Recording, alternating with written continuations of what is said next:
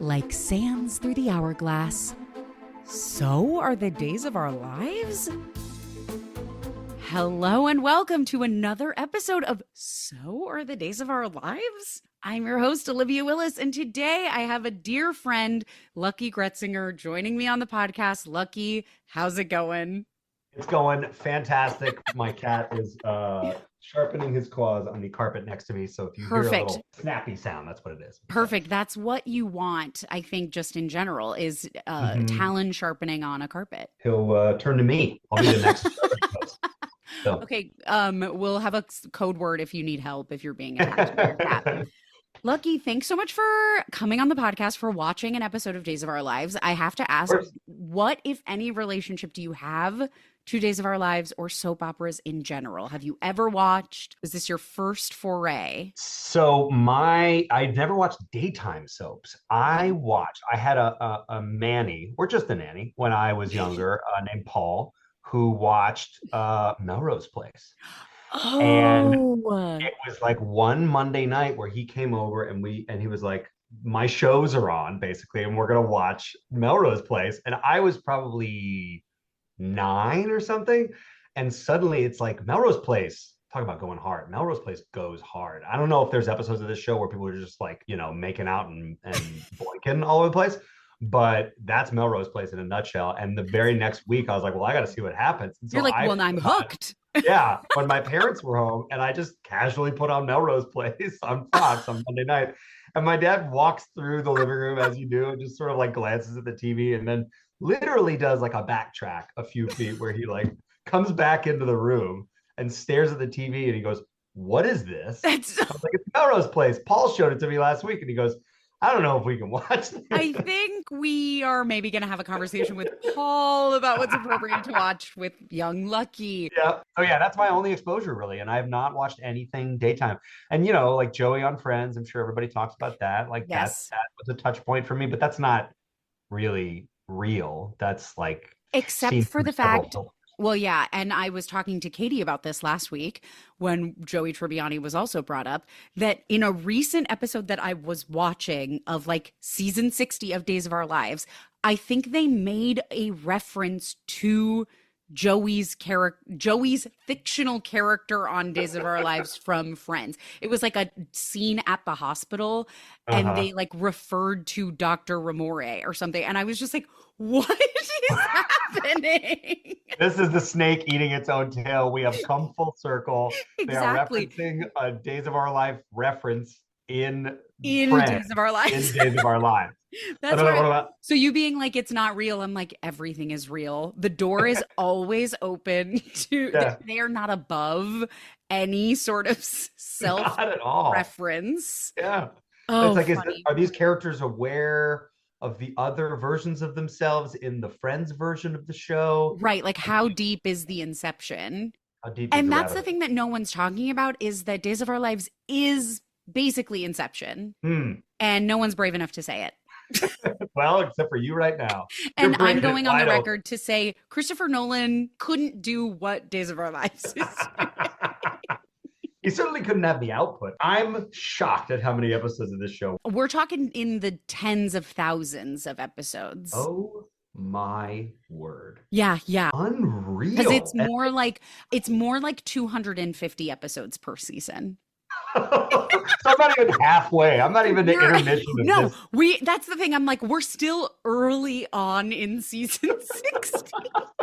This felt, the way this ended, not to put the cart before the horse, but it felt a very cliffhanger, mid-season finale kind of thing. But maybe they all end like that. And a lot of them end like this. Honestly, I should look at what day of the week this was, because they will still, even though they're like airing on Peacock and not actually on NBC anymore, they'll still kind of do, yes, this was a Friday. So they'll do like big Friday cliffhangers and then sometimes come back to them on Monday. So I was like, sometimes I'm like, oh, this is such a Tuesday episode. Nothing really happened. It's Friday. yeah. We're gonna get some juicy stuff at the end of this. Yes, exactly. Okay, so Days of Our Lives is obviously like one of my comfort TV watches. If I just don't want to think about what I'm going to watch, I put Days of Our Lives on, because there is an endless chasm of episodes that I mean, clearly I'm now 10 months behind because like I'm Yeah. in January of 2025 in my rewatch or in my initial watch. Yeah. So do you have like go-to comfort shows, something like that with TV? Yeah. Katie turned me on to, my wife turned me on to Taskmaster, Oh, um, nice. which is a great comfort watch because again, there's a lot of them. I think they're on season 12 or something like that, and there's 10 episodes per, and they're hour-long episodes. So there's a decent Nice. amount to pour through there. We rewatched Sopranos recently, which I can't really call a comfort watch Hey, because a lot of it is far from comfortable, but it was warm and fuzzy in a different way to revisit totally. that whole show. But then the British Office, the original Office, would definitely be Nice. on my list. Very As far as nice. just like if I ever want to feel nostalgic and laugh, but also feel deeply uncomfortable, the British Office would, yeah, That's so good. Okay, so I think we should probably just go ahead and dive into the let's do recap. it. Yeah. The episodes famously do not have titles, I think probably because it would take too much time to think of a title for every episode. So they're Mhm. simply named by the season, episode, and the date that they aired. So throughout the episode, I think we should be pulling out potential titles for this Yeah. episode that really encapsulate some of the silliness that's I actually happening. think I got it. I think Oh, I got he one. he When has we a get front to it runner. all. Okay. Yeah. I have at least one that Okay, could, let me know. but Let me know when we get to it. I can't wait. okay. Okay, Yep. good. Alrighty, let's get started. Today we are recapping season 60, episode 110, which aired on January 24th, 2025. The episode begins in media res, mid thought, mid sentence, mid conflict. They do say start in the middle of something, right? Isn't that like the rule of playwriting? Start in the middle of Yes. several things. Yes. Start in the middle of of an incredibly complex dynamic. Yeah, I love an episode of television that starts, I don't know. And I'm like, wait, what are we talking about? Way to hook them right from the first line. Exactly. Talking about, yeah, we're grabbed. I don't know. Brady's at the bistro with Ava. Ava owns this restaurant. We're going to come back to it many times this episode. And I don't understand why the hell no one's in this restaurant. It is an empty restaurant at what I believe to be peak dinner hours. We're going to piece together bits of clues of what the fuck time it is. But there's Yeah. no one in this restaurant. It's just Brady and Ava catching up about what's going on in their lives. Brady's daughter, Rachel, is missing. He's trying to put on a brave face for Kristen, Rachel's mom, his ex. But he admits to Ava he's feeling scared and sad, but also guilty that he and Kristen failed so badly as parents that Rachel was driven to running away. Hmm. Brady, then he's like, I feel bad venting to you, but like Ava assures him that she wants to be there for him because they're kind of an item now. And with the item in air quotes Oh later my on. God, we're Like, going to get to it the really air leans into the quotes. air quotes in that one thing.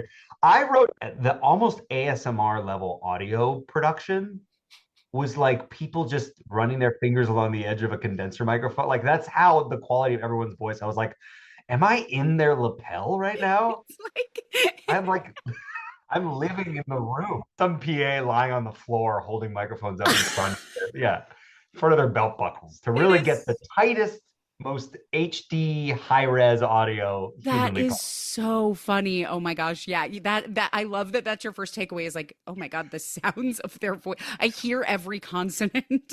I hear every like raspy half breath between the lines because you Yes. expect. I mean, the cartoonish version of these shows when they're represented on other shows that are trying to Uh-huh. limit them is like you smear some Vaseline on the lens and like it Yes. looks just fuzzy, hazy, dreamlike, but it didn't. It looked not real, but it Yeah. didn't look dreamlike, fuzzy, hazy. It sounded like they were in my fucking living room. It was so bizarre to me. And maybe that's just how it is. I don't know, but it was. That is so funny. Oh my gosh. I love that. Okay, so Brady then gives, I think, one of the most chilling line deliveries on this entire show because he's looking right down his brow at Ava and he's like, given the way Kristen reacted the last time I spoke to her about you, I doubt she'd be very happy that we're together like this. And I'm just like, you are a killer and Ava's not safe and you need to get out of this bistro. Or he's just trying to drum up drama because it makes the relationship more exciting. We don't know. 100%. Yeah, exactly. He lives for the thrill. He can't just Yeah. have a regular relationship. You can tell He by needs to his see this leather through. jacket that he lives for the thrill. Oh yeah. And yeah, then we get a dramatic from Ava, Kristen doesn't need to know. And the music is very ominous in a Uh-huh. way that I don't think actually like fit. Like you were saying, it's like everyone is hyping up the drama. And I'm like, Yeah. the drama is a child is missing. Like, I don't know that the drama needs to be like, we're in a clandestine affair. It's like, find the girl, find her. Yeah. Yeah. Okay, next scene. We cut to a classic shot that I think they do on the show all the time. A shot of a picture on, I would guess, an iPhone 11. Like, it is just Very the crazy early. old iPhone Mhm. picture. And it's Kristen and her daughter, Rachel. Kristen's at home looking at the picture, talking to the picture, saying, Rachel, sweetie, I need you to come back to me. Which makes sense. Then she just starts fully monologuing to the empty room. She's just, yeah, she puts the phone down and she's like, and the police have been useless. I wrote one woman show. You just never hear someone recap the plot via out loud inner monologue. Yes. I mean, what a useful tool. When in doubt, just have the person say the stuff that they're thinking and experiencing out loud. People always get hung up with like, how are we going to bring up this exposition naturally in the scene? And it's like, what if she just says it out loud? What if we don't even pretend to put together a scenario in which she would need to say it out loud? She could just say it. Yeah, that's bold. That's bold TV making. Right Exactly. So yeah, Kristen's lamenting. There's no news, no leads, not even an inkling of an idea of where Rachel is. Then Kristen turns to the spooky portrait of her father over the mantle and starts talking to him, which I love that it's like, oh, she doesn't have to just talk to herself. She could talk to the painting. That's what she could do. So this is her father, Stefano Demera.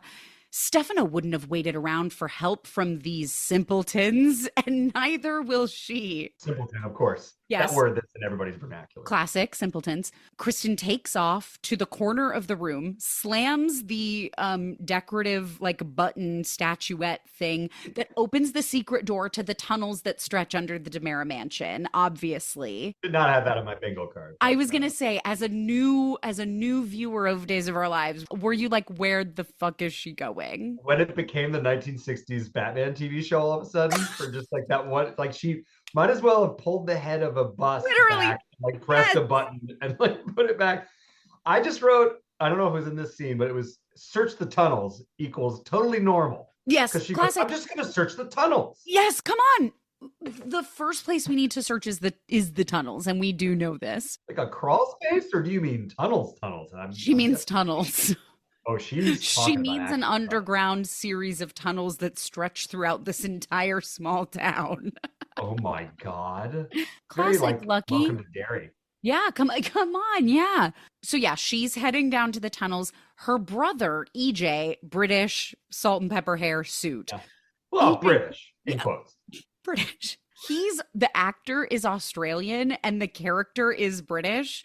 And I think I always also want to hold space for the fact that they've all like lived in LA their entire careers. So I'm like, the mishmash of sounds that you have in your brain is insane, is alarming. So yeah, British in air quotes. He was American. Yeah, doing a shitty. Yeah. He's like an Australian who started with an American accent and then layered on some Brit on top of that. 100%. Yeah, Yeah. it doesn't flip between Australian and British. It flips between American and British. Yeah, totally. EJ rushes in. He sees that Kristen's about to go to the tunnels and he runs over and stops her, and they just stare at each other to end out the scene, and we'll come back to them in a moment. Meanwhile, in her office, Dr. Marlena Evans, who is one of my favorite characters on the show, an icon in a red blazer.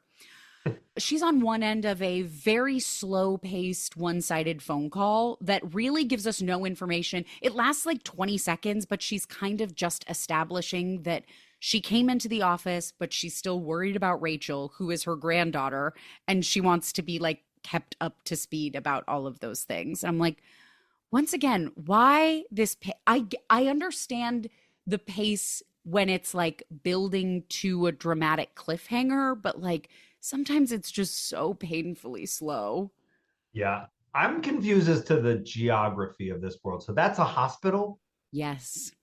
but she's a therapist. Yes, she operates out of the hospital. Maybe that's a normal thing that I'm just not familiar with. No, I don't think it is. She's also like the town therapist. She So knows like everybody's stuff. everyone goes to her. She has a conflict of interest with absolutely every single one of her patients. Great. Yeah, I don't they like don't have other doctors' offices other than the hospital. Anything medical related happens at the hospital. So like that's that's that on It's a that. veterinary college too. Just like Right, everything's in exactly. the same building. Anything medical, anything Exactly. rudimentally. Yeah. Exactly, exactly. This woman, Kat Green, enters Marlena's office in, I said, an absolutely hypnotic pattern dress. It's like a Rorschach Mm. test dress. In a previous episode, Marlena had offered Kat a job as her assistant. So Kat came in asking if Marlena's been able to get approval for her to hire Kat as her assistant, but Marlena hasn't. Kat is immediately spiraling. She's like, "Oh, of course, no, you've changed your mind about hiring me.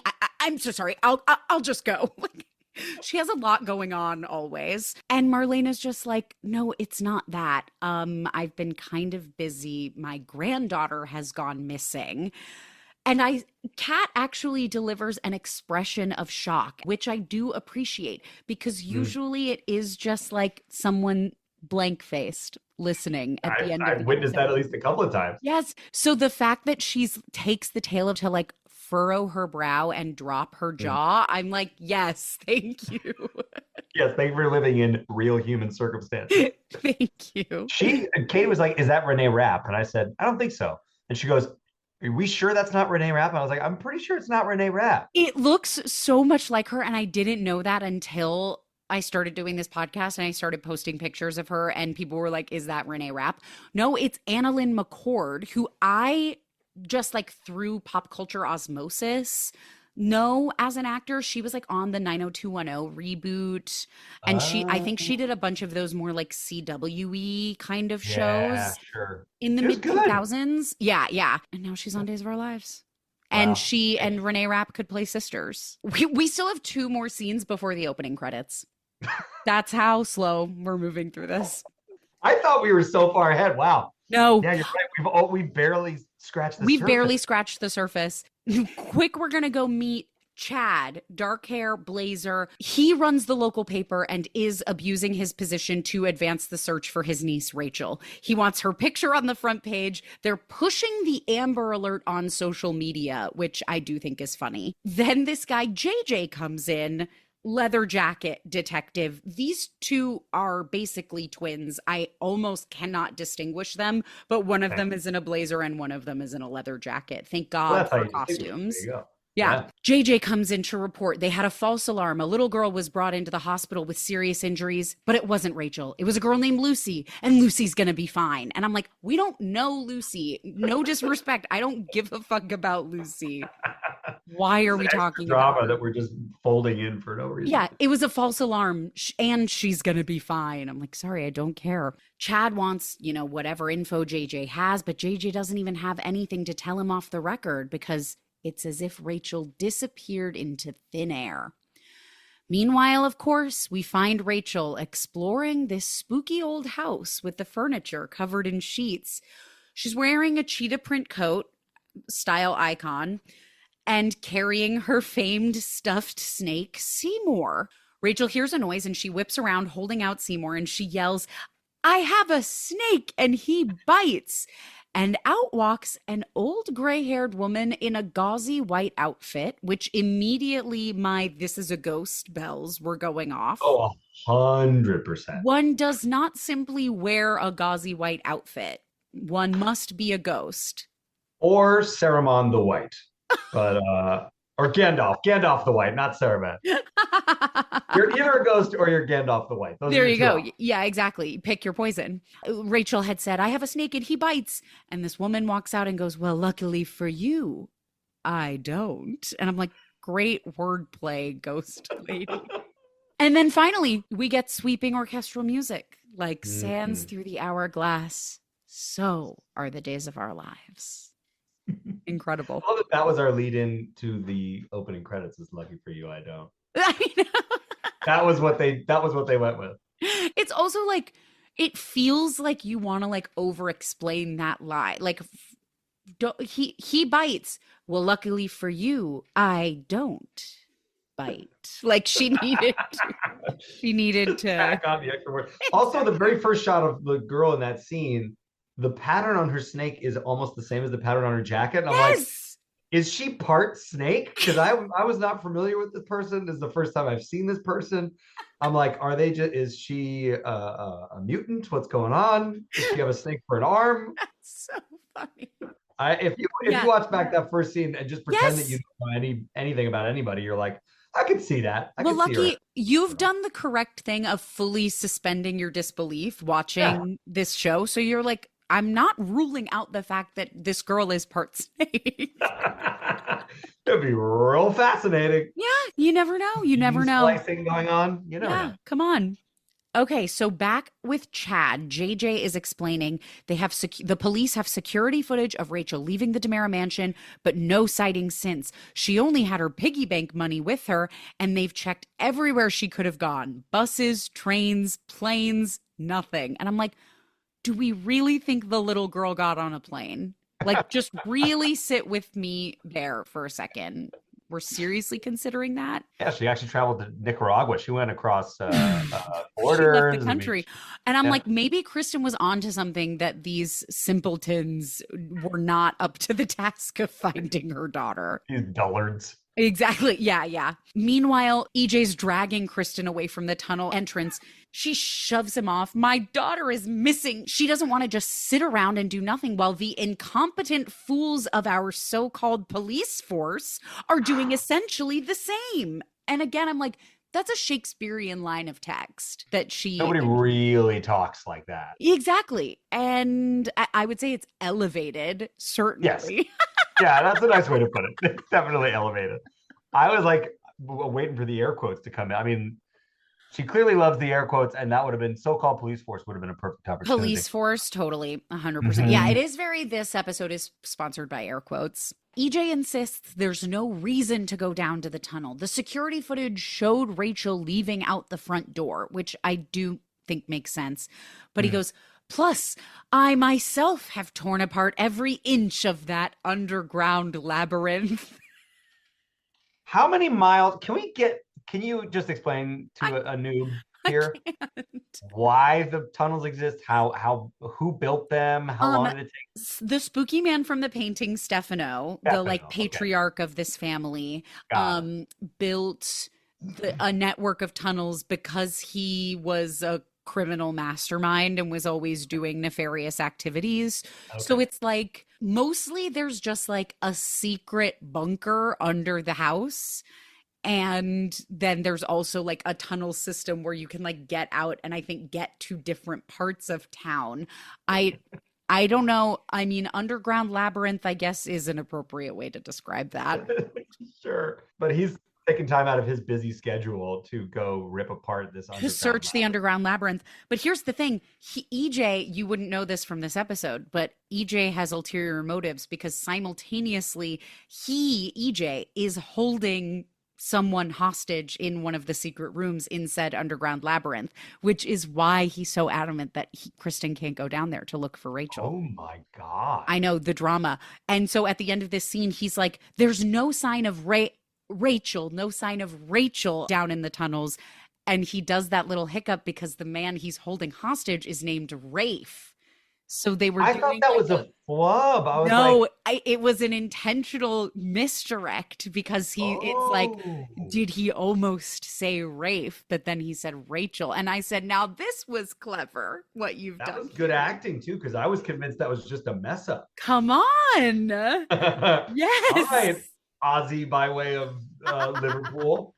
Way to go. Nice work. So now Kat's with Marlena. She heard about this missing girl. She can't believe it's Marlena's granddaughter. Marlena explains that, they know Rachel ran away, so at least they're not worried she's being held by some stranger. And her voice like catches on stranger. And I'm like, acting once again. We love to see it.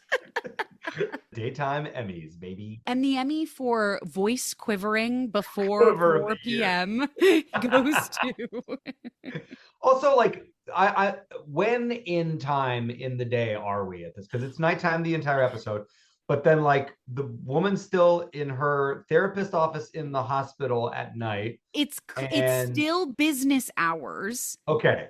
Clearly, because like it's not, because like Kat came to her office to be like, hey, just checking in. So it's clearly, it has to be like 6 o'clock. But again, the restaurant's empty. No one in the restaurant. Later in the episode, we're going to see poor Julie's trying to go to sleep. And I'm like, give her a break. It's 6 o'clock. Like, it's so confusing. And it's clearly nighttime. Yeah. Maybe Ava just runs a really shitty restaurant. Maybe that's probably it.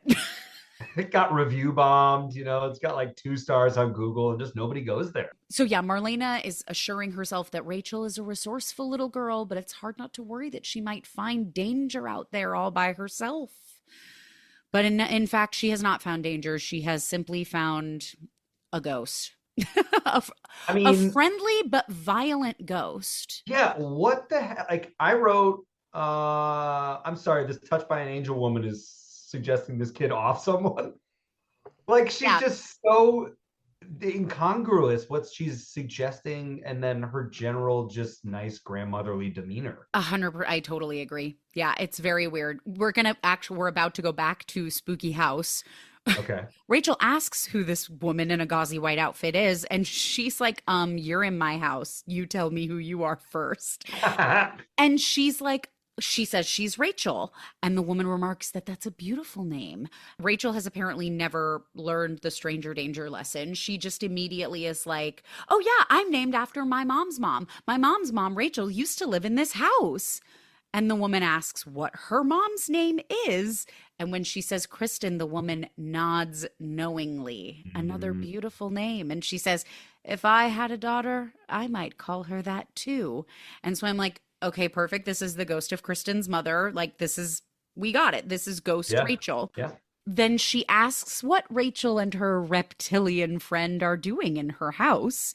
Rachel explains she ran away from home and she's really hoping her parents are worrying about her. And when the woman asks why, Rachel says it's a long story. And the woman says, I have nothing but time. And that's when I said, okay, officially Officially a ghost. A woman with nothing but time is a ghost. Yes, in a gauzy white outfit. Yeah. 100%. Who is, as far as we know, not a wizard. Definitely a ghost. You're like, I'm moving away from potential wizard. Process of elimination. And moving toward ghost. Yeah. Well, I mean, she never learned the stranger danger thing, by the way, because she has a snake. I mean, we've established that. That's true. She has all the protection she needs. The snake bites. Back at the house with Chad, he wants to break some news to JJ that's not going to make the family very happy, which was giving mob vibes to me, but they are not a mob family. They are just a big family with, I don't know, grudges. And they're related, those two? Or they're not related? They are brothers-in-law, basically. So Chad was married to JJ's sister, but she died. But they're still very close. Okay. So the reason Kat Green is entangled in this family is because Kat was being blackmailed by this criminal to pose as Chad's dead wife, JJ's dead sister, and like convince them that she was Abigail back from the dead. Okay, yeah. But it was all a ruse. But once it came out, everyone in the family like hates Kat and blames Kat, even though she's like, I didn't want to do it in the first place. Right. So Chad is sympathetic to her, but everyone else hates this woman. Got it. So basically, Chad is breaking the news that Kat is moving back to Salem, and JJ is pissed. And he's like, well, I just hope I never run into her. And Chad's like, well, it might be hard because Kat might be getting a job as Marlena's assistant. And I was just like, why is that? JJ doesn't work at the hospital. JJ and Marlena aren't like close. They have really no relationship to each other. So it's like, that doesn't mean they're going to run into each other all the time at all. Why are you bringing this up? I don't know if JJ, I did get a sense that there was kind of nothing behind his eyes for a lot of what was No. being said. Yeah. And then it's like an actor friend of mine once said the way he memorized his lines, and he was being facetious, but it stuck with me, obviously, was just thinking bullshit, bullshit, bullshit, my line, bullshit, bullshit, bullshit, my line. And this guy is just waiting Kind until of the other giving that. lips stop moving, and then he goes. Yeah. And like clearly they're fed pages, probably like the day Oh, of, and they're yeah. like things Yeah. have changed, and Yeah. they're probably just like the sheer volume of shit they have to film is Right. insane. That they're literally just like running their own line in their head until, yep, Yeah. he's done talking. Okay, And he's now done I talking, the noises have stopped. It's my turn now. But like certain people still have the lights on behind their eyes. And Yeah, that guy, he is a little not so much. vacant. Yeah, a little bit. I'm wondering if it's like an affectation he's putting on. Like he's Oh, this like cool guy detective, but sure. he's just giving nothing. Also, that guy's not a detective. Thank you. Okay. I was talking about this in another episode where it's just like he looks like he should be like playing guitar at a coffee shop. He's not Yeah, giving detective. he's not the right type. He looks like he's fresh out of the academy. Like that Yes, guy doesn't get fast tracked to detective. absolutely not. He's a beat cop. He's a traffic cop, He's a probably. beat cop at best. Yes. He is a constable on patrol. That Yeah, man is let's not go. Yeah, he's solving. doing speed traps. Yeah. So yeah, I guess maybe because structurally they'll often do this thing where they'll like set up like set the volleyball up to pass to the next scene. So they do this thing where it's like Kat's maybe gonna be Marlena's assistant, and then they like go to a scene with Marlena, and I'm like, I don't think I needed the setup for that. Like I think I would have Yeah. been okay if we just moved to the scene. You could have spiked it. You don't need Yeah. the bump set. Just give it, yeah, get me over there. Don't need the bump set. So, yeah, back with Marlena and Kat. Marlena is apologizing for not following up on the job offer. There's been a lot of distractions. We then get into this like very complicated thing with Marlena's husband. So, John, her husband, who we don't see in this episode, Marlena hasn't been able to reach him to let him know about Rachel being missing or any of this other stuff that Kat was talking about. So, Kat basically, I'm trying to figure out how far back I want to go. Marlena's husband, John, works for what they call the ISA, which I think is the International Security Alliance, but I like to call the International Spy Agency. Way more fun. That's who he's working for right now. He's deep undercover, so he's completely out of contact. But when Kat came to town, she had this whole story about how years ago, John, Marlena's husband, he was this like brainwashed super soldier for this powerful family. I'm sorry. What? Yeah. So he was like sent to Europe or whatever, I think, to kill this man. And like he held this guilt about killing this innocent, who he thought was like an innocent. No, he was killing this woman, Kat's mother. And he had all this guilt because he was like, I wasn't in control of my faculties, but I killed this woman. And then Kat Green comes to town decades later and is like, no, when you were the pawn, is what they called him. When you were the pawn, you didn't actually kill my mother. You helped her fake her own death so she could escape an abusive marriage. So, like, I have you to thank for my whole life. And so, but like, they don't, the way they talk about it in this scene is so weird where Marlena's just like, I haven't even been able to tell John about Rachel being missing. And Kat's like, but I'm sure he was happy to find out that he didn't actually kill my mother, right? And I'm like, oh my God, why would you just drop this little nugget in the middle of this scene? Now I'm going to have to explain it to Lucky. Sorry, I mean, I have lots of questions. I don't intend on asking all of them. But It's one of those things where it's like, that is a crazy story. And because it's not about the immediate story at hand, like I just have to be like, and that just is what it is. And we're going to move forward. How many? So, like in a given week, it's every weekday, right? Yeah, Monday, 5 episodes. right? So, Katie's episode didn't feature any of these people. No. So they don't. how many plot lines are we juggling that these people have nothing to do with? Or is it all kind of based around, it's obviously based around like one central family, right? Uh, a couple of central families in Okay. this town, but Okay. like honestly, like dozens of Wow. characters that are kind of at play. I would loathe to be the production staff member who's like figuring out who they have to film with. Because, like, Yeah. obviously, they film like 10 episodes worth of material in like one day, but they're going to be stretched out across like weeks and maybe even months of Yeah. just like, yeah, I have no idea how they Jenga it together. Is dizzying, I'm sure. Yeah, truly. Okay, so yeah, that's Kat's connection to John and Marlena. Marlene is explaining, John hasn't heard any of this good news yet. He's deep undercover for the ISA.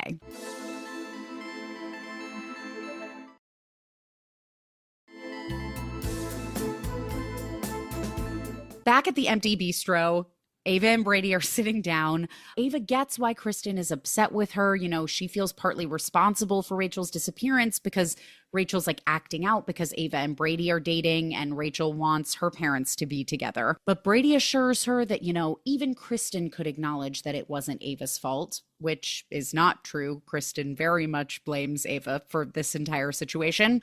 Brady explains Rachel's been troubled for a long time and should have been in therapy. And Brady should have predicted that when Rachel found out that mommy and daddy would never be together, that it would go poorly. He also keeps calling Rachel that little girl, which really bothers me for some reason. It's bizarre. It's a Why really would you call bizarre, your own daughter that little girl? like Okay. some a troubled neighborhood kid that wanted to Exactly. take That their little car girl one who day. won't leave me alone. A little girl that's staring into our window at night. So Brady, speaking of ASMR mic picking up, he literally sighs out the sentence, I just want her to come home. Like it's completely off breath or off support, fully breath.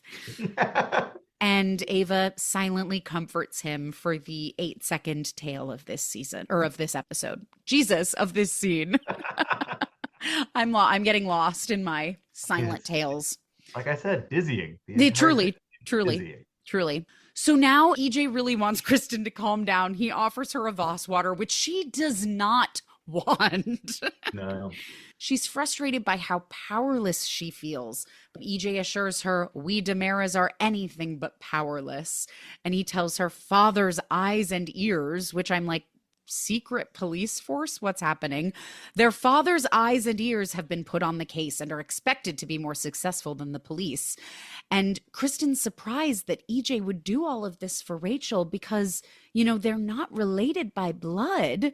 And I'm like, this is the first time we're like, it's not like it comes up all the time. Like, you're not my real niece. And then like moving on. Like, it's not a thing. They don't distinguish. They all live in this house together. And she's just like, for the sake of this exposition, I'm going to bring up the fact that we are not technically related by blood. So it's a little Brady Bunch. It's a little Brady Bunch. Yeah. It's a lot Brady Bunch, it sounds like. Yeah. So basically, the creepy man from the painting, Stefano, had a ton of kids, all with different mothers. And Kristen and her brother were adopted. So, like, they just have there's a whole mishmash of Damara siblings. Gotcha. But yeah, EJ's assuring her, even though she was born a Blake, Stefano thought of Kristen as much his own as his biological children. Plus, Kristen took the most after Stefano. And Kristen comments that her poor mother would hate to hear that. Kristen wanted her daughter, Rachel, to grow up to be more like a Blake, not evil like the Damaras. And she explains that's why she gave her mother's name.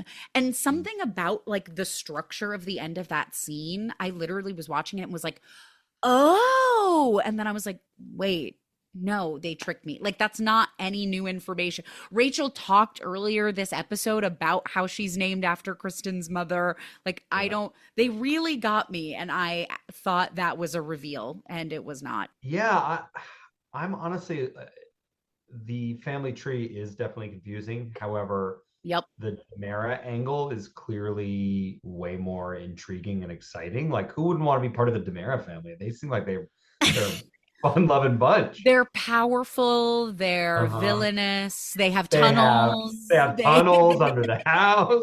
Apparently, somebody's abducted and being held under the house. actively being held. That is like not even, with the exception of a potential line flub that turns out was actually some really good acting. That's not even touched upon in this episode. Absolutely not. No, no. They seem like a hoot, the They Demera. do. They certainly keep it interesting Yeah. in Salem. So now back with Rachel. She's apparently, just told who I'm now calling Ghost Rachel the whole sordid saga of her parents' relationship. And Ghost Rachel agrees that Ava sounds like a pesky interloper indeed. And I thought Rachel was incredibly relatable when she goes, "A what?" Yeah. That was great. That I was think great we need, acting from the kid. yes, we need more people on this show just being like, huh? What did you just say? Nobody talks like that. No. And Ghost Rachel is just like, Ava's in the way. And then she leans into Rachel and tells her she needs to get Ava out of the way permanently. Permanently. So, yeah, I'm like, I don't think Rachel Blake was such a saint. Yeah. And like, you know the show better than me, obviously. Is there a chance that she's actual ghost and that ghosts exist in this story and in this show and ghosts have played a role before? Or is it possible that she faked her own death and she's like living in this rundown house in her gauzy gown? I think, honestly, the odds are 50-50. It Okay. All right. really could be either. I'm trying to think if there are other ghost people literally come back from the dead Yeah. sometimes. Okay. People have also literally like gone to heaven and then come back. Like there was an entire plot line where they were in heaven. What did that production design look Forgot like? about that. It They're was just in a big Marlena. cloud Marlena room. was in heaven. She fucking died, dude. She's died so many times. She's been possessed by the devil twice. And she still went to heaven. And now she's just back sitting down with her old friend. Exactly. And now The she's concept dealing is with there. like the bureaucracy of onboarding at Salem University Hospital, trying to get this woman Kat a job. Oh my God. Okay, so speaking of Marlena, we're going to go back to her and Kat briefly. They're talking about how John doesn't really talk about his past a lot. It's been complicated. He's lived so many lives. And Marlena adds that, even when she first met John, it was confusing because she thought he was her presumed dead first husband, Roman Brady. And then Kat is basically everyone I bring on this podcast trying to piece a story together. She's like, okay, so Roman was your husband and John was impersonating him, but now you're married to John. And Marlena's like, yep, that's right. Tale as old as time. True. If I had a nickel. I had a nickel for every time I married my husband's impersonator. Exactly, exactly. I think the show really hinges on successful full facial reconstructive surgery. Like everyone's always just like, oh, well, he had full facial reconstructive surgery. And I'm like, when has that gone so believably well that like people are fooled for years? Yeah. I don't understand what the technology is in Salem. It's basically face off, I think. You just take Exactly. somebody else's face off and you attach Put it to it your on face. yours. Your face. It's really very simple when you break it down. So yeah, Kat sort of can't help but connect it to her own situation. She was impersonating Chad's dead wife, but Marlena also like it's complicated because it's like when John was impersonating Roman, it wasn't intentional. It was because John had amnesia. And Oh, Kat was being compelled to do it. Like she also wasn't doing it of her own volition. Whatever, it really doesn't okay. matter. Kat doesn't really care. She doesn't think Chad could ever get past what she did. Dun dun dun. Meanwhile, JJ is still flabbergasted that Chad is not more up in arms about Kat staying in Salem. And Chad points out that, JJ is dating this woman, Gabby Hernandez, who we don't meet in this episode, but who has done horrible things to people in this family. So, like they all get to decide who they're going to forgive. And like whatever, let bygones be bygones. Then sweet Julie shuffles into the room in her robe to grab her glasses, and JJ asks if she knows about Kat settling down with Salem and clearly expects her to be really upset. And Julie gives just a chilling response. Well, fellas, that doesn't matter to me anymore. Nothing matters to me anymore. And leaves the room.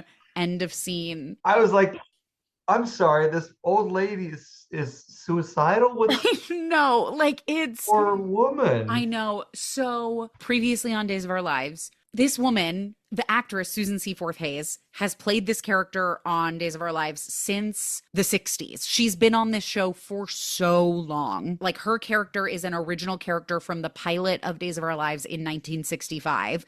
She Holy was shit. not the original actress, but she joined in like season 2. That actress has been playing that character Wow. for basically 65 years or 60 years. And she met her husband who played this character, Doug. They ended up like being this big super couple on the show. They were married in real life. They Wow. played husband and wife on the show, and he died last year. And so Oh, then they had to like do the thing where his character died in his sleep. And like, all of these scenes with her when she talks about like her Doug, like the character's husband who died, I just like that is so like the dream. Like you're on a show for 40 years with your spouse, like you work together, you live together, you do all these amazing things, and then you have to like do scenes where you talk about him dying. It's so sad. I mean, it's like there's a fine line between what's like really good method acting, I guess. I don't know, but like you're so in these moments because you're actually thinking the character's thoughts in a truer, deeper way than anybody ever Yeah. has because you've lived it. But at the same time, surely it's not the healthiest way to process your I grief. know. Yeah, we get to it. I mean, a little bit more later in the episode where like I'm truly just like I'm on the edge of my seat. Like this is the Yeah, best acting I've ever seen on this show. And then I'm like, yeah, because it's probably this woman's like real real. lived experience and it's really Oh, sad and I probably shouldn't be watching it. It's probably not appropriate for me to be watching. and nobody should. No, oh my God. Not on Peacock. So yeah, on that very dramatic, nothing matters to me anymore. We leave that scene. Meanwhile, Brady's on his phone at the bistro still. They do an insane text graphic that's like recent posts, but it's not like they don't even pretend to make it look like a social media post. It's just like text on a screen. So the recent post is hashtag return reptile Rachel. And I'm like, that's the hashtag we came up with to get this missing girl returned home. It does sound like she is part snake. Like you were on to something there when that was your vibe that you were getting. When So my half insane. blindness resulted in me thinking that the child had a snake arm. Exactly. Maybe. But actually, Reptile Rachel, she is. Anyway, this is when Ava brings Brady a cartoonish plate of spaghetti and meatballs and wants him to eat. She starts telling him about how, when she was about Rachel's age, she ran away from home too. And she was going to live with her friend, but her parents were serving salmon loaf for dinner. And she couldn't live without her rigatoni. So she went home that very night. Cannot. They share a laugh, and then once again, the mood really takes a dark turn. Yeah, she shifts. Yeah, when Brady asks why she ran away in the first place, and Ava admits that her dad used to beat up her mom, and then she thought running away would shock some sense into her dad, but when she came back, it just made it 10 times worse. And Ava always knew one day her dad would give her mom a beating she couldn't come back from, and then he did. And I'm like, guys, I just went through the whiplash of like Julie having lost the will to live, after losing her husband, Doug. Yeah. Then I see return reptile Rachel. I see the plate of spaghetti. I'm laughing again. Salmon loaf. I'm laughing again. And then we fucking plummet back into, and then my mother died at the hands of my violently abusive father. And I'm like, guys, give me a break. Like, let's go back to the delightful detail that the salmon loaf was disagreeable. Let's just make that. I want to go back. But she ran all the way home to eat her Because she rigatoni. missed her rigatoni. Yeah, so that's now the vibe in the bistro. Oof. Meanwhile, EJ and Kristen are like weirdly cuddling, looking at the picture of Rachel on Kristen's phone, like she's tucked into the crook of his neck. And I'm like, guys, I don't want to do a siblings or dating situation here. Kristen, she's regretting that she didn't raise Rachel to be more like her mother. And EJ reminds Kristen that, from the stories he's heard about Rachel Blake was a bit of a bad arse. And I'm like, that's not. I don't think that's the word badass is so hard to say badass in a British accent because they don't say that word, the Brits. Yeah, exactly. It's really a word that they say very often. Yeah. And so this is an Aussie trying to do an American trying to do a Brit saying a word that Brits don't say. Tough. That's a tall order. So now we're going to do like Family History Corner, which I think should be like sponsored by 23andMe, Ancestry.com. Like they should have like a logo that pops up. So Kristen's talking, about how her mother was so devastated when Stefano took my brother Peter and I away. And then she's like, I'm sure you know that my mother, Rachel, tried to kill our father in Paris. And EJ's like, I remember vaguely, but the details are fuzzy. And then she's like, well, let me tell you. Run it by me one more time. Exactly. Refresh my memory. Well, Rachel fired a shot, which caused an explosion. Oh, this is also funny because like she gets lost halfway through the story. She's like, she fired a shot, which caused an explosion and which we all assumed both had died. And I was like, wait, not quite a sentence. We missed like one verb maybe to make that make sense. But it wasn't until later that they discovered that Stefano had survived. And they were both like, haha, the phoenix rising from the ashes. But Kristen's mother, not so lucky. So that's the last we've heard of Kristen's mother was this explosion. Who may or may not be this ghost lady in the attic. Yeah, exactly. Speaking of Ghost Lady, Ghost Rachel is surprised that Rachel's mummy would confiscate her phone and try to put her in therapy just for sending these threatening texts to Ava. I also just I was like, mummy. I was like, is she British? She's not British. They're from fucking Illinois. Like, why is she British? What is happening? Exactly. Yeah. I was like, huh? So weird. So weird. But yeah, the whole thing, Rachel was sending these threatening texts to Ava. She got in trouble. Kristen took away her phone. Then Ghost Rachel announces that they're going to get rid of Ava together. I'm like, okay, let's make it happen because we've been talking about it for 24 minutes. The whole plot of this episode. Well, it's one of the many plots of the episode. Yeah. We got to kill this woman. Back at the Horton house, JJ and Chad are doing this awkward, like, do we go after Julie? And I'm like, fucking men. Oh my God.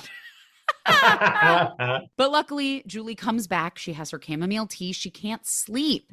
Chad wants her to go talk to Marlena, as I mentioned, the town therapist. But she doesn't want to go. It won't bring Doug back, so what's the point? But Julie doesn't want anyone to worry about her. But they make sure she knows, they are worried about her. And Doug would want her to take care of herself and, find a way to be happy. And so if talking to Marlena could possibly help, it's worth it. So she admits they're right. She'll call Marlena tomorrow. And then Chad suggests she just get dressed and he'll take her over to see Marlena now. And she turns to him with a look of abject horror. The expression she chooses for that moment is truly like he just suggested she slaughter an animal with her bare hands. Like it's I could have sworn I missed something in that moment. I was like, wait a second, there must be another deeper thing going on here that I just don't know. Having right, you're like, because I thought he just suggested that they go talk to Marlena, but I think it's really helpful and healthy and good for her to do, not something akin to disemboweling yourself. Exactly. Yeah. Meanwhile, at the office, Marlena's trying to assure Kat that, Chad's very compassionate and forgiving. And Kat's like, right, but those other feelings are a whole different story. And Marlena's immediately like, feelings? Like she is so taken aback. And Kat, I think, inappropriately reveals that she has feelings for Chad. And I just keep being like, you came to see if you have a job. Like, why are you talking about this? Leave the room. What got her in the door. She's got a lot of things she's got to cover. She used it. It was all a ruse. Like, I'm going to go see if I have this job, but actually I'm going to try to get some free therapy out of this lady. Back at the empty bistro, Brady and Ava are sitting by the roaring fire, and, he's apologizing for what Ava went through. And Ava's apologizing because, she meant for it to be like a fun story about Rachel deciding to come home. And I'm like, yeah, that was a swing and a miss on that one. If the vibe was make him feel better, yeah. Yeah. But Brady doesn't ever want her to apologize for opening up to him. Whatever. Regardless, Ava wants Brady to take care of himself and suggests he take the food home and try to sleep. They do this weird bit about whether this fine establishment has to-go boxes. Like, I could not make heads or tails of the bit. But also, I'm like, it might not be a crazy question because this is clearly not a functioning restaurant. So they maybe make one dish per night. Yeah. And they deliver it to the one person in the restaurant. The saddest person in town gets to come to the bistro and get spaghetti and meatballs. And gets to hear about how the owner of the bistro was raised in a home. I honestly, the line, I should go home and get myself together. I know. Like, getting himself together based on how he appears in the very next scene, like getting himself together could be the name of this episode. Get yourself together. Get yourself together by spray tanning from the neck down. But we'll get there. Sorry. Yes, we will. Oh my God, that's so funny. Getting yourself together. Meanwhile, Kristen's still in like nostalgia mode. She's talking to EJ, wishing that she had taken Rachel to Aremid, her family home. She told Rachel these romanticized stories about the parrot man and the creepy cemetery and the ghosts in the attic. And EJ's like, did you say parrot man? And Kristen's like, yeah, let me show you in my scrapbook. And I just can't. Also, I have to point out that she talks about her family home in Aremid, which is just Demera spelled backwards. I see what they did there. I'll see myself out. Awful. So Kristen's going to get the Aremid scrapbook. She's digging for it in the drawer conveniently right next to her, but she can't find the scrapbook. It's gone. The drama. Now, Rachel and Ghost Rachel, this dynamic duo, they've made some kind of plan that requires a phone. Luckily, Ghost Rachel has one right here. Rachel is disgusted by the old tech. She has no respect for the princess phone. But I think the least believable thing about this scene is that Rachel has Ava's phone number memorized because she used to text her all the time. Immediately no. I only have, true story, one number memorized, and it is not the number of my wife, which it really should be. It is my mother's phone number. Yeah. Because it's easy to remember, A, but B, I just had to learn it way back when I was when I first had a cell phone. Yes, it was drilled into your memory, totally. And so like that just stuck with me, but I'm shit out of luck if I have to contact anybody else, let alone is it dad's girlfriend? My dad's girlfriend, who I was like not catfishing, but like just sending threatening texts to. Right. Those numbers don't really seep into your brain, especially when you're not in the practice of learning phone numbers. Yeah. Insane. She's learning like her times tables. She's not learning phone. Come on, she can't just memorize random phone numbers. So yeah, Rachel figures out how to use the rotary phone, and we fade into the bistro. Ava's getting a call. She picks up her phone. It's Rachel, and she says she needs help. And so Ava's, asking where Rachel is. And Ghost Rachel nods down at Rachel mischievously because it's all going to plan. Yes. Exactly. This tapping evil fingers together. Meanwhile, Marlena, still wrapping her head around these feelings Kat could be having for Chad, she asks, romantic feelings? And Kat's like acting like an awkward teenager, explaining that the feelings evolved when she was pretending to be Abigail. And she insists she's going out of her way to avoid Chad and bury these feelings. So, of course, who should walk in the office at that very moment but Chad and Julie? Julie has, I just think, an iconic moment of discovering Kat in the corner of the room. Like, she takes her sweet time. She's smiling at Marlena, and then she turns, and like once again, the look of horror returns. And Kat looks so guilty. And I did time it. It was 19 seconds of silence. Okay. From when they entered to when the next scene started.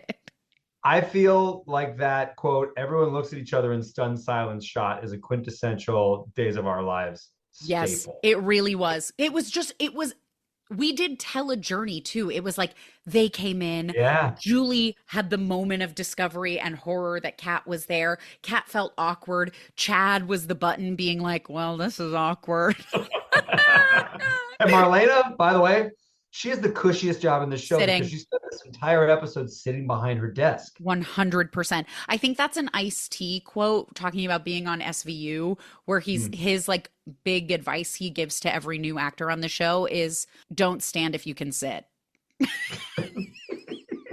And it's like, honestly, yeah. Good job. If I can be sitting, I will. But yeah, I also just think she's like, I'm a consummate professional leaning on my desk in my red blazer. Let me talk to you. At whatever time of day or night this might be. Exactly. Everyone's just walking into my office at 11:30 at night.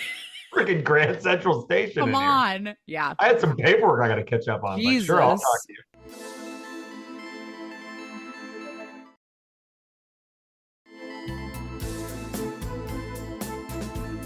Now, back at the old house, Ghost Rachel hangs up the princess phone and finally officially reveals that we are, in fact, at the Aremid house. She asks Rachel how she found it, and Rachel explains she found it in this scrapbook, which is all about her mom, her Uncle Peter, and their mom, Rachel Blake. And she's like, and my name is Rachel Black. And the old lady's like, oh, what a coincidence. And then the little Rachel finally asks, oh, ghost lady, what's your name? And she very casually just goes, oh, you can call me the woman in white. And this was the moment where I was like, I have to recap this episode. Like every episode that I pick to recap, there's got to be a moment that hooks me. And this was that one. Just casual. Why don't you call me the woman in white? I mean, to be fair, any other name would have been so preposterous, like Esmeralda. At least she chose like a moniker instead of a name. You can call me Tim. I don't know. What are the alternatives? The woman in white's kind you of can like, call me the parrot man. Like, no, okay, we'll go with. Okay, I get it. Woman in white. It's alliteration. We love to see it. Yeah, it's accurate. We'll allow it. She is literally a woman in white. We'll allow it. Yeah. Meanwhile, Kristen is crashing out because she can't find this scrapbook. EJ's assuring her that, Harold must have just moved it while he was dusting. And I'm like, dusting inside a drawer? Well, you got to make sure that no dust has creeped its way into the drawer. 100%. You got to remove everything from the drawers whilst you dust. Only the best butlers know that. Oh, that's what separates the men from the boys. Exactly. So Kristen then, I think, plays the end of the scene like in a very confusing way where she's like smiling through tears, talking about how she'd be so heartbroken if she lost the book because it's all she has left of her mother. But there's a disconnect between the emotion and the facial expression. Yeah. Cut back to the bistro. Good thing it's empty and they have no customers because Ava has to leave. She's calling Brady. She's on the move. She's leaving a voicemail explaining that she knows where Rachel is and she's on her way now. The address is, and then she gets cut off as she walks out of the restaurant. The drama. Now, why did the phone suddenly stop working? No idea. I know, I guess we're getting ahead of it because he doesn't listen to the message until a little bit later. But yeah, why? No, Why? I have no idea. I don't know if the bistro is like notoriously a dead zone or something. Like She went in the walk-in. Yeah. Walk in at the end of it. I'm located at, let me just close this metal door and lock myself in a metal cabinet. Yeah, so silly. Literally just for the drama. That's all. Mm-hmm. Well, it works. Now we're at Brady's condo. There's a knock on the door and Brady comes out in an incredibly too small towel with a fresh spray tan. Man. Which is apparently what he means about getting himself together. The getting himself together is just going home, putting on some smooth jazz, probably waxing. And not listening to your goddamn phone while your child is missing. Like, So yeah, now there's a knock at the door. JJ's there. He explains he's off duty, but he just had to come by and find out if there were any updates about Rachel. And Brady's like, "Oh man, I've been waiting by the phone, but I've gotten nothing." And I'm like, "So you're a liar. So you're a fucking liar. You didn't even bring the phone into the bathroom with you. Like it was out here." So yeah, then his phone lights up with the missed call from Ava, but he still doesn't see it because he's a buffoon. Mhm. So now Julie's sitting with Marlena, she's explaining she doesn't actually want to be there. Chad just insisted she come. Marlena kind of deadpans and is like, "Thanks for your clarity," which I do think is really funny. That was good. And Julie explains, she knows psychoanalysis works, which I thought was like a very 1971 way to talk about therapy. But she's trying to explain, and this actually was like a very heart-wrenching scene for me.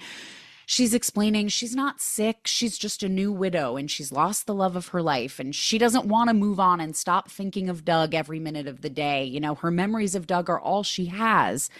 And Marlena just assures Julie they can try this one session. And if it's not helpful, they'll never do it again. And then Julie bravely takes a sip of water and agrees to do therapy. It was the cutest little sip of water I've ever seen in my life. It And really then was. does every one of these therapy sessions start with a staring contest? Because that's what happens immediately after is they just stare at each other. Absolutely. Both That's of them like lose, by the way. They're both blinking throughout the whole thing, but like I think that's her just unique method of psychotherapy is staring contest. Marlena also she famously uses hypnosis in her therapy practice. Oh, So I don't want to say she's a quack, but she could be a quack.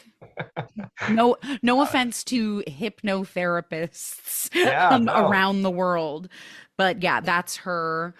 So whenever people are like, "I don't know if I believe in this," I'm like, "Oh, come on, talk therapy is good." And then I'm like, "Actually, I don't know that I believe in what she's doing. She's doing something kind of crazy." You bust out the pocket watch and just start swinging Exactly. it in front of Julie's face. Exactly. Yeah.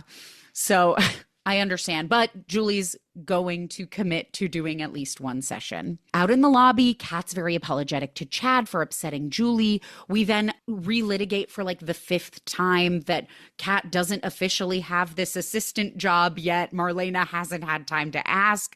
I can't think about it anymore. Chad's just like being nosy and asks what Kat and Marlena were talking about in there. And she's like, shrinks, am I right? They're always trying to get you to talk about your feelings. And I want to be like, bitch, nobody asked about your feelings. You were willingly offering Gotta those up. shoehorn that into the conversation. Exactly. You really guided the conversation to your fucking feelings.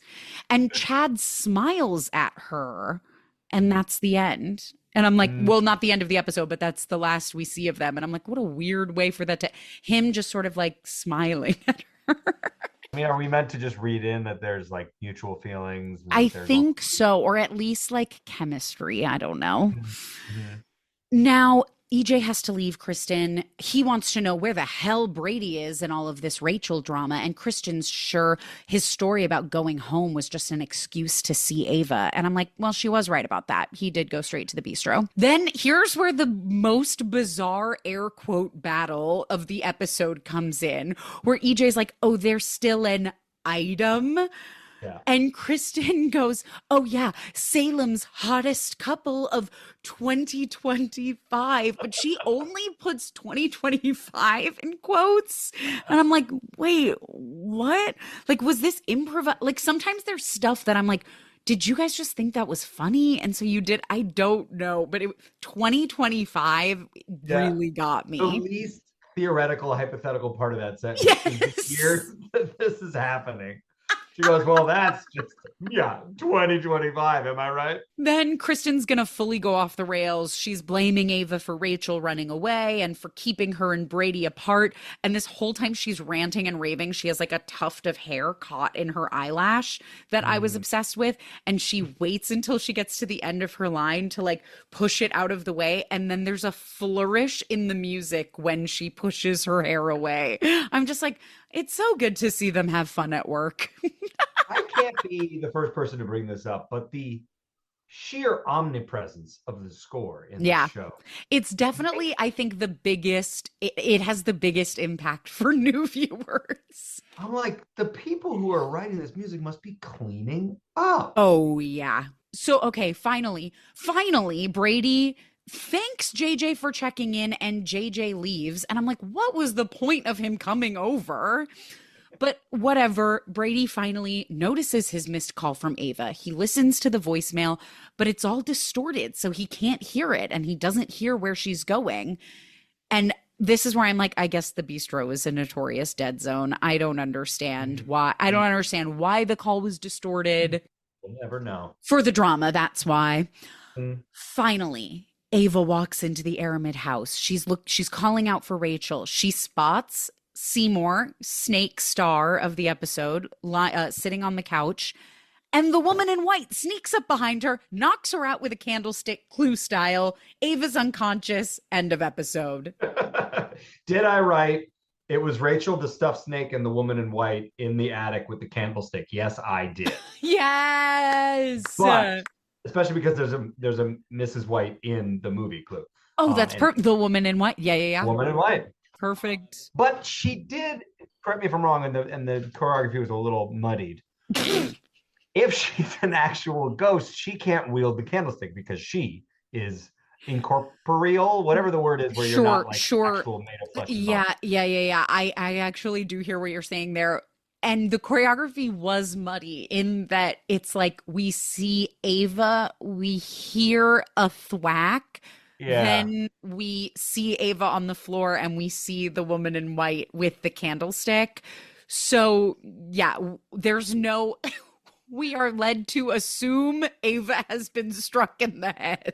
But the girl, so Rachel and the woman in white, Ghost Rachel, are both sort of like wielding the candlestick kind of together. Yeah. And I think that's the way to hedge the bets so that we have plausible deniability if it's a ghost. Totally. The ghost is using the human to strike the woman over the head. Totally. But if she's not a ghost, then we can be like, yeah, it was her wielding the candlestick the whole time. That you're exactly on the correct train of thought, Lucky. I love the way you're thinking about this. I'm just giving the writers plenty of room. I really do hope that she's a ghost and not just that this woman actually survived this explosion all these years ago and is now back. I think her being a spooky apparition would be really good for the plot. Lucky, we made it to the end of the episode. Wow. Big takeaways. How are you feeling? What can you smell, taste, touch, hear? I can taste the rigatoni, the sad meatballs to go. Honestly, yeah, it was fascinating to me. I thought some of the performances were potentially better than I was expecting them to be. I think you hear about this style of acting that's just like soap opera acting has, it is a thing in and of itself. People talk about it being a little bit over the top. I just see a bunch of people like investing real hard. Yeah. And certain people are a little checked out, but by and large, I was like, all right, these people are, they're living in their circumstances and they're making the best out of some batshit crazy dialogue. 100%. And like you think about just like the things that they are asked to do on any given day and them just I will always have the utmost respect for all of them. Like just being gay, like showing up, being game. For truly, it's like, it is a stereotype about soap opera acting. And I think it's also like well known in the industry that they are like the hardest working people in show business. Yeah. And I'm like, we need to get back to the days where they were being recognized for their efforts.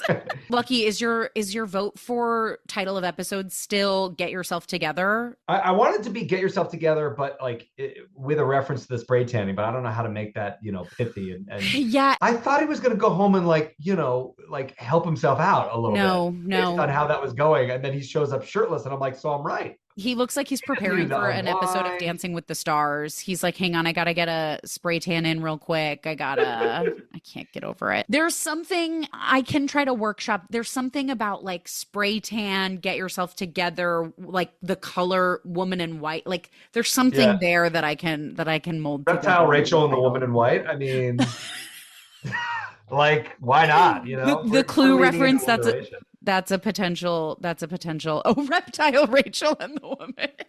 Yeah. I think that kind of works. That actually is a good one. That would be really good. That's the name of their like Yeah, their Hardy Boys knockoff yeah, detective or mystery yeah, books. yeah. It kind of works. Oh, funny. Lucky, thank you so much for doing this. This was Oh, you so got it, buddy. fun. I hope So you fun, had so fun fun. watching the kooky happenings of Days of Our Lives, streaming Thank you for 5 times a being week on my Peacock. pathfinder into this wild, windy road. Absolutely. Hey, anytime you just want to be like, what's Reptile Rachel up to? I'll let you know. I got you. She's been convicted of murder, and she's now in jail. Folks, thank you for listening. If you are still listening, if you're with us and you got to the end of this crazy adventure, please subscribe wherever you're listening to podcasts. You can follow the podcast on Instagram at So Are the Days Podcast, where I'll post like screen grabs from the episode. You'll get to see the iconic Seymour the Snake in all of his glory and the woman in white herself and be like, oh, look at that ghost. And you can also follow me on TikTok at Days of Our Live. I sometimes talk about Days of Our Lives on TikTok. Lucky, would you like the people to find you somewhere? Would you like to plug anything? We're doing a drinking game NYC. My comedy show in the city is Ooh, doing yeah. Clue on Speaking of Friday Clue, the oh my 17th. God, this Yeah, was it's all coming just together. this was just All a drinking game, an avenue for a drinking game it was a press tie-in, tour. essentially. There Yeah. we go. But we're doing that on. I don't know when this airs, so it might already have come and gone. Oh, okay. But yeah, that's the 17th. We're doing Okay. Hocus Pocus on Halloween night. It's So always a cool. blast Yay. at the Bell House. But yeah, I'm around. Heck yeah. Lucky, thanks for being here. And everyone, Got it. I still haven't really, for a while, I was ending the podcast episodes with Stay Classy Salem because I was like Anchorman, but it doesn't feel quite right. So now I'm sort of just kind of saying, hey, bye, everybody. Bye. Bye for now. Till Goodbye next for time. now. We'll see you next time. We could end every episode of just like a staring into the camera, a la the beginning of the That therapy would be session. good. That would be Just a good. And staring then get contest. some music to fade out.